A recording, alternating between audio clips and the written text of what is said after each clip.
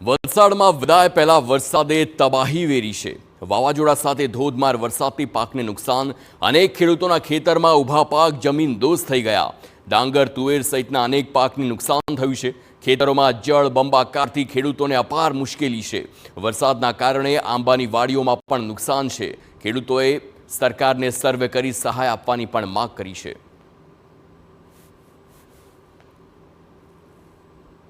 જે પવન જોડે વરસાદ થયો ને એમાં ખાસું એવું નુકસાન થઈ ગયું। અમારે જે ઊભો પાક હતો, જેમ કહેવાય ને, હવે દશેરા પછી આ કાપણીની મોસમ ચાલુ થાય તો એ પહેલાં જ વરસાદ 10-12 દિવસ પહેલાં વરસાદ આવી ગયો, દિવાળી પહેલાં। તો આ બધો પાક જમીનદોસ્ત થઈ ગયો। એની જમીનદોસ્ત થઈ ગયો એટલે એની પાકનો ઉતારો નહીં આવે, પાકમાં ખાસું એવું નુકસાન થઈ ગયું। જો કદાચ હવે સરકાર આમાં કંઈ રાહત પેકેજ કરે જાહેર તો દરેક ખેડૂતોને થોડી ઘણી રાહત મળે। બાકી ચોમાસાના પાક માટે કમ્પ્લીટ નિષ્ફળ ગયા એવું દેખાય હાલના પરિસ્થિતિ પ્રમાણે તો।